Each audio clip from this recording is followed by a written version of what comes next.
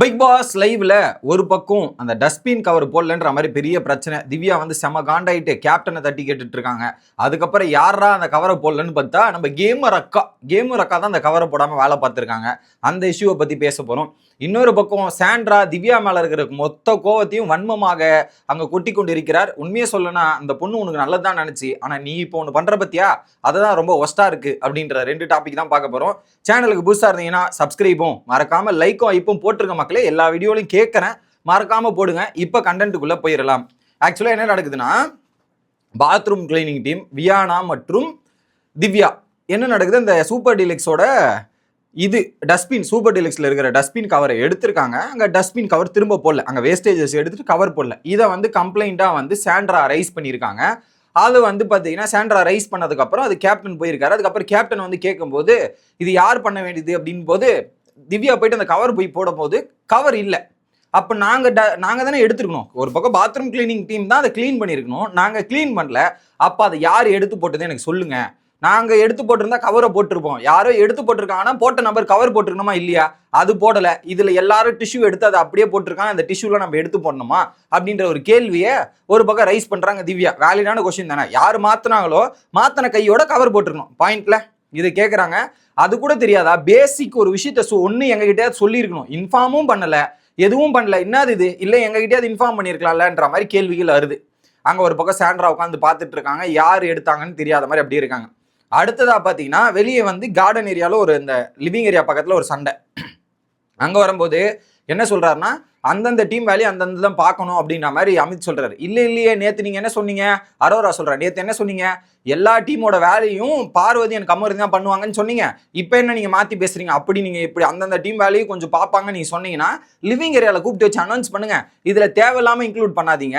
Living ஏரியாவில் கூப்பிட்டு வச்சு ஒட்டுமொத்தமாக சொல்லுங்க. நேற்று ஒன்று சொன்னீங்க, இன்னைக்கு வேற சொல்றீங்க, அப்படிலாம் ஒத்துக்க முடியாதுன்ற மாதிரி அங்கே ஒரு கேள்வி நடக்குது. நேற்று சொன்னது என்னன்னா, கிச்சன் டீமை தாண்டி மற்ற எல்லா ஒர்க்கையும் பார்வதி எனக்கு அமர்ந்து தான் பண்ணணும் அப்படின்றத பேச்சுவார்த்தை அடிப்படுது. அதை தான் அங்கே அரோராவும் கேட்குறாங்க, கனியும் ஒத்துக்கிறாங்க. இல்லைன்னா நீங்க கூப்பிட்டு வச்சு அட்ரஸ் பண்ணுங்கன்றதையும் சொல்லிடுறாங்க. திவ்யா அது யார் எடுத்து போட்டான்னு எனக்கு தெரியணும், எனக்கு கேட்டு சொல்லுங்கன்ற மாதிரி சொல்றாங்க. ஒரு பாயிண்ட்ல அமித்து போய் கேட்டா அதை பார்வதி தான் எடுத்திருக்காங்க அப்படின்றது வருது. அதுக்கப்புறம் திவ்யா கிட்ட சொன்னா, சரி எடுத்தாங்க, அதை எடுத்து கவர் போட்டிருக்க வேண்டியதானே, எதுக்கு இப்படிலாம் பண்ணும் அப்படிலாம் பண்ணுன்ற மாதிரி இருக்கட்டும், கேஸ் போயிட்டு வந்து வச்சு செய்யறன்ற மாதிரி கூப்பிட்டு வராங்க. கேஸ் முடியுது, பார்வதி வராங்க. பார்வதி எடுத்தீங்களே கவர் போட்டீங்களா இல்லையா அப்படின்ற கேள்வி வரும்போது போடலை, பட் இருந்தாலும் எனக்கு ஒரு கொஸ்டின் இருக்கு. கிச்சன் அந்த மாதிரி எந்த வேலைன்னா அந்த வேலை பாத்ரூமோட வேலையை வந்து பாத்ரூம் டீம் பார்த்துக்கிறீங்கன்னு நீங்கள் சொல்லிட்டீங்க, பாத்ரூம் டீமே பார்த்துக்கிறேன்னு சொல்லிட்டீங்க. அப்புறம் நான் கவர் எடுத்துட்டேன் தான், ஆனால் நான் கவர் போடலை. அதை கவரும் போடாத டஸ்ட்டை எடுத்து போட்டாங்களே, அந்த டிஷ்யூ போடுறேன் அவங்கள தான் நீங்கள் கேட்கணுன்ட்டு. ஆனால் மேடம் கவர் போடாது தப்பு இல்லையா, அதுலேயும் வந்து இந்த டிஷ்யூ போடுதானே அவன் தான் தப்புன்றாங்க. ஐயா என்னது இது? டிஷ்யூ நீங்கள் போட்டிருக்கணும், அது போடாமல் அப்படியே டீவியேட் பண்ணுறாங்களாம். திவ்யாவும் சரி ஓகே அப்படின்ற மாதிரி கேட்டு போயிட்டாங்க. அப்படியே சர்காஸ்டிக்காக கலாய்ச்சிட்டு இருந்தார் அந்த அமித். கார்டன் ஏரியாவில் உட்காந்து கலாய்ச்சிட்டு இருக்கும்போது, எதுக்கு நீ இப்போ சிரிக்கிற, என் மேலே தப்பு திருப்பலான்னு பார்க்காத அமித், என் மேலே போடாது அப்படின்ட்டு. உன் மேலே போடலமா, உன் மேலேயும் தப்பு இருக்குமா, அப்போ இது சரின்னு வரியான்ற. என் மேலேயும் உடனே திவ்யா உன் மேலேயும் தப்பு இருக்கு பாருன்ற மாதிரி சொல்லிட்டு போயிட்டாங்க. ஸோ ஒரு கவர் எடுக்கிறோம், டஸ்ட்டை ரிமூவ் பண்ணணும்னா திரும்ப எடுத்துகிட்டு போய் போடுறது இவங்களோட வேலை. அது போடாமல் என்ன பண்ணிட்டான் இவன், ஹவுஸ் மேட்ச் போட்டான். ஹவுஸ் மேட்ச் போட்டதுமே தப்பு. அவங்க வந்து கம்ப்ளைண்ட் பண்ணியிருக்கணும், இங்கே டஸ்ட்பினில் கவர் இல்லை, அதில் எப்படி நாங்கள் போட முடியும்னு அவங்க வந்து கம்ப்ளைண்ட் பண்ணியிருக்கணும். அது சாண்ட்ரா பார்த்ததுக்கு அப்புறம் கம்ப்ளைண்ட் பண்ணாங்க, அவங்கள தப்பு சொல்ல முடியாது. இது ஒரு இஷ்யூ ஆகுது. இதுல திவ்யா வந்து என்ன சொல்றாங்க, நான் வந்து அவங்க எல்லா வேலையும் பாக்குறாங்கன்னு ஒரு கன்சர்ன்ல நம்ம பண்ணா இது ஏன் அவங்க நமக்கே இது பண்றாங்கன்ற மாதிரி தான் அமித் கிட்ட அட்ரஸ் பண்றதாங்க. கடைசியில் அது பார்வதி பண்ணிட்டு அது பெரிய தப்பு இல்லை, போட்டவன் தான் தப்பு, நான் பண்ணது தப்பு இல்லாத மாதிரி பேசிட்டு இருக்காங்க. என்னங்க இது அப்படின்ற மாதிரி தான் நமக்கு ஃபீல் ஆச்சு. இவங்க அந்த கவர் போட வேண்டியது கடமை, அது போடல. இது அப்படியே பார்வதி நேராக போய் சாண்ட்ரா மற்றும் ரம்யா கார்டன் ஏரியாவில் உட்காந்துட்டு இருக்கும்போது அந்த பிரச்சனை எல்லாம் பேசி தீர்த்துட்டியா அப்படின்னு. பேசி தீர்த்துட்டேன், திவ்யா கிட்டையும் பேசிட்டேன். இதோ வரண்டி அப்படின்னு வந்தா என்ன அது பேசி தீர்த்துட்டேன், அவங்க டீம் அவங்க தான் வேலை பார்க்குறேன்னாங்க. நான் தான் வாலண்டியராக போய் வேலை பார்த்தேன். வேலை பார்த்ததுல நான் எல்லா ஏரியாவும் மாற்றிட்டேன், அந்த ஒன்று மட்டும் மாற்றாமல் மறந்துட்டேன். என்ன பண்ணுறது? அதில் வந்து பேப்பரை போட்டால் நான் என்ன சொல்கிறது? மாற்றினதுக்கு பாராட்டணும்லன்ட்டு. மாற்றினது ஓகே, ஆனால் அதை கரெக்டாக மாற்றிருக்கணும்லன்றது தானே பாயிண்ட்டு. அது சொல்லாமல் இப்படி டிஸ்கஸ் பண்ணிருக்காங்க. இப்படி டிஸ்கஸ் பண்ணும்போது தான் அடுத்து சாண்ட்ரா சொல்றாங்க, அதையும் நான் தான் சொன்னேன், நான் சொன்னதால தான் அவள் ஜாடமாடியா பேசிட்டு இருந்தா, இல்லைன்னா என்கிட்ட பேசினா டேரெக்டா பேசியிருப்பேன், ஜாடமாடியா பேசுறவங்க கிட்டலாம் நான் பேச மாட்டேன், எனக்கு பேச பிடிக்காது அப்படின்றத சொல்றேன், எங்க தான் வந்தாலும் நான் ஓப்பனா உடச்சு விட்டுருவேன் அப்படின்ற மாதிரி சாண்ட்ரா சொல்லும்போது பார்வதி, ஆமா உன்னை பத்தி எனக்கு தெரியும், நான் ஒரு இடத்துலயே பார்த்துட்டேன், நீ எங்க டைம் வரும்ன்ற மாதிரி போட்டு உடைப்பேன்னு எனக்கு தெரியும், கோத்து விட்டுருவேன், கோல் முட்டி விட்டுருவேன்ற மாதிரி உடனே சொன்னோன்னே என்ன சொல்ல வர பாரு, ஒழுங்கா சொல்லு அப்படின்னு. இல்லடி நீ டப்புன்னு வந்து போட்டு உடச்சிருவல்ல அப்படின்னு சொல்ல வந்தேன். என்னன்னா கோத்து விட்டுருவேன்ற மாதிரி சொல்ல வந்தாங்க. அதை அப்படியே சமாளிக்க ட்ரை பண்றாங்க. நீ என்ன சொல்றதுன்னு புரியுது. என் கண்ணில் தப்புன்னு பட்டா நீ பக்கத்துலேயே உட்காந்துருந்தா கூட தப்புன்னு தான் சொல்லுவேன். அதெல்லாம் மறைக்க முடியாது பாரு, எதா இருந்தாலும் ஓப்பன்லி நான் சொல்லுவேன் அப்படின்ற மாதிரி இவங்க சொல்றாங்க.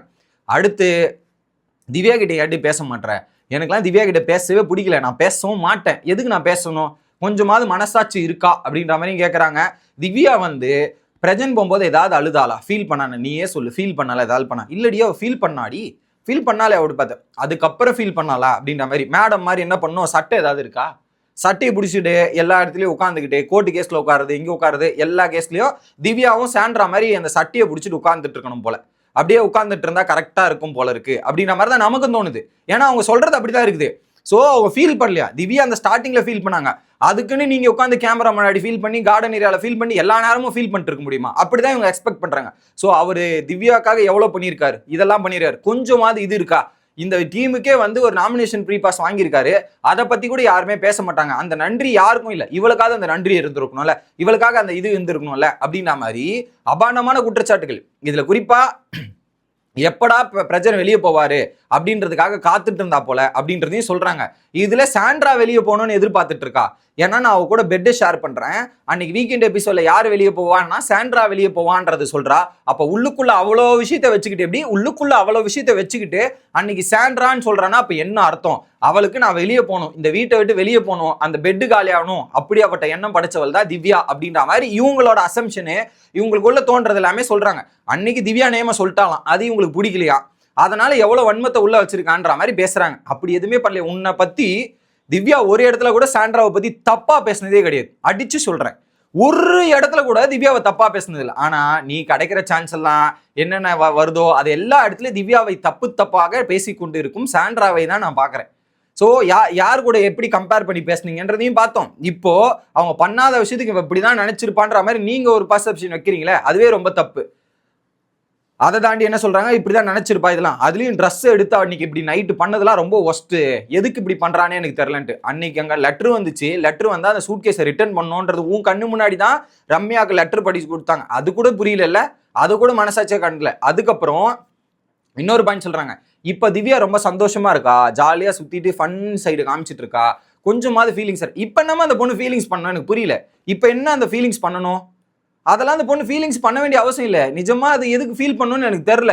அதை வேற உட்காந்து அதை பத்தியும் பேசிட்டு இருக்காங்க. அந்த பொண்ணு சந்தோஷமா இருக்கிறதுமே பிடிக்கல இப்ப.